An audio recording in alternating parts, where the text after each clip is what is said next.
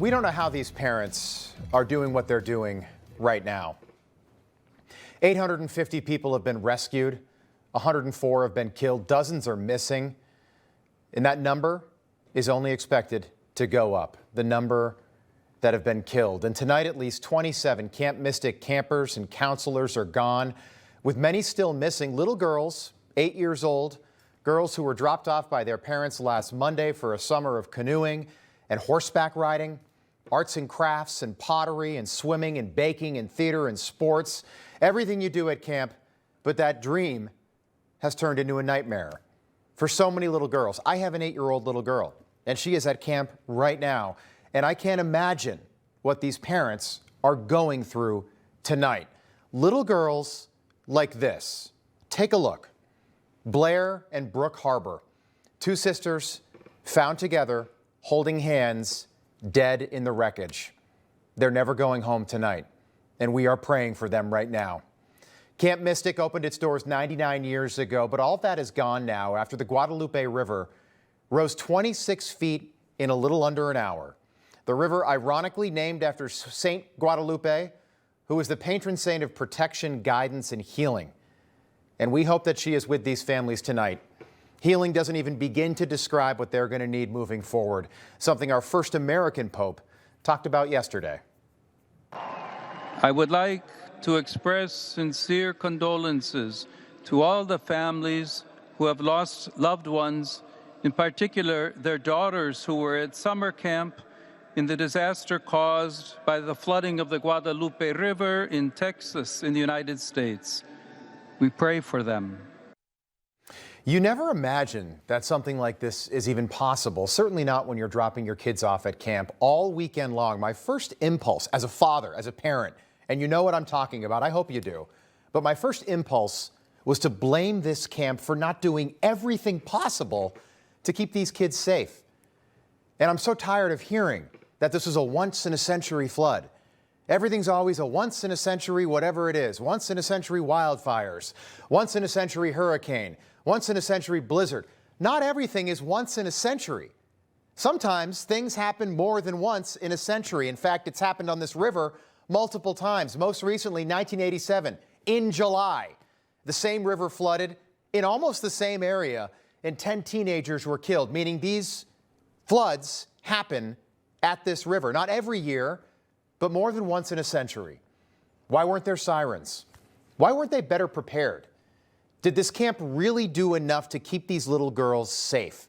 We think these are all fair questions that should be asked, and they should be asked tonight when the world is paying attention. But right on cue, the legacy media immediately started to blame this once-in-a-century flooding at 4 in the morning in the Texas Hill Country that happened on a holiday on Donald Trump. The New York Times writing that as floods hit, key roles were vacant at Weather Service offices in Texas. Some experts say staff shortages might have complicated forecasters' ability to coordinate responses with local emergency management officials, something Ted Cruz tried his best to address today. In the wake of every tragedy, there are things that are predictable.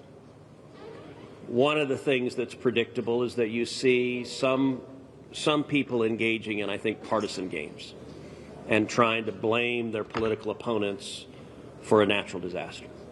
And you see that with a hurricane, with a tornado, with a wildfire, with this flooding, where people immediately say, well, the hurricane is Donald Trump's fault. Look, I think most normal Americans know that's ridiculous. And I think this is not a time for partisan finger-pointing and attacks.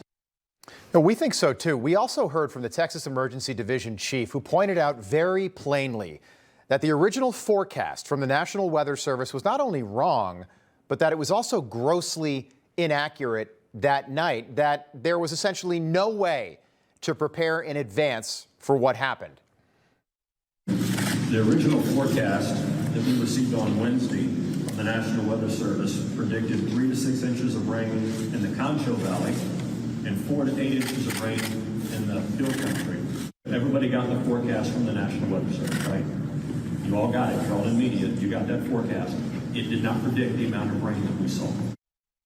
So following those comments from somebody that we believe to be an honest broker, a CNN reporter, again, and this was right on cue, tweeted that the question we have to ask is whether any ability to notify or warn was impacted by DOGE cuts on the National Weather Service. I don't know the answer and we can't assume it. The camp may have been isolated, but I'd want to know if I were a parent. Her name, Juliet Kayam, and Juliet, I would love to know too, and I am a parent. But by tweeting that, you are essentially stating that DOGE cuts caused this river to flood on Friday morning, which is just not true. And the Kerrville city manager, Dalton Rice, who's been everywhere over the last 72 hours, also made it a point to talk about the circumstances that very literally created the environment for a perfect storm at the perfect time of day for this tragedy to occur. That could not be predicted, even with the radar. Our team constantly reviews radar, constantly has NWS, or National Weather Service messages. We send them out on a regular basis and we communicate effectively. This is not like a tornado where you can have a siren. This is not like a hurricane where you're planning weeks in advance. You know, it hit hard, and things like this happen in a very strategic, very isolated area. And when those two things converge, you have what happened today. So this happened within less than a 2-hour span. All right, so now we're finally starting to get a more accurate picture of what happened early Friday morning in Texas and the speed that this all took place. Right there, you've got the city manager in Kerrville stating that he went for a run along that same river, the Guadalupe River, at 3 o'clock in the morning, and conditions were perfectly normal. Apparently, he's an early runner. We also know the National Weather Service issued its first flash flood warning at 1:14 a.m. that night. That is not in dispute. Almost 3 hours before the worst of the flooding would occur. 3 full hours. The report also making it clear that there were offices that were totally staffed, even though it was a holiday, on Thursday night, with extra staff on duty. Quote, the National Weather Service, which delivers forecasts for Austin, San Antonio, and the surrounding areas, had extra staff on duty during the storms. The office would typically have 2 forecasters on duty during clear weather, but they had up to 5 that night, meaning this was not a staffing issue, meaning this did not happen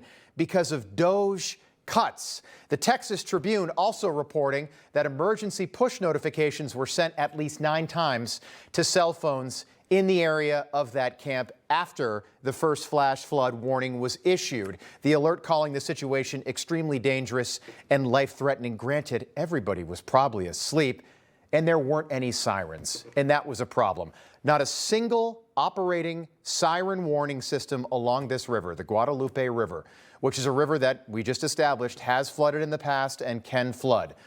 But if you've ever been to the Midwest, I lived in Kansas City for years, they have tornado sirens that they are required by law to test on a weekly basis, and this is what that sounds like.